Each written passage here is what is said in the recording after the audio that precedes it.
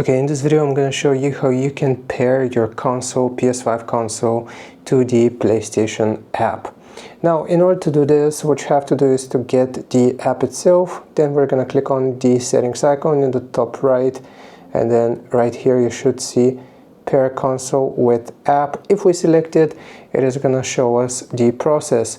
So in order to pair your console, then all you need to do on PS5 is going to be to sign into the same account which you are using on the PlayStation app, and it's going to automatically detect your console here, and it's going to show you what you have played.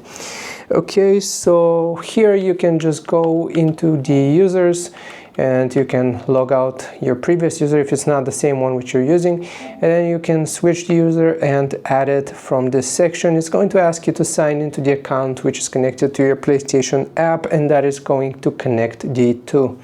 I hope this helps. Leave a like and sub. I'll see you next time.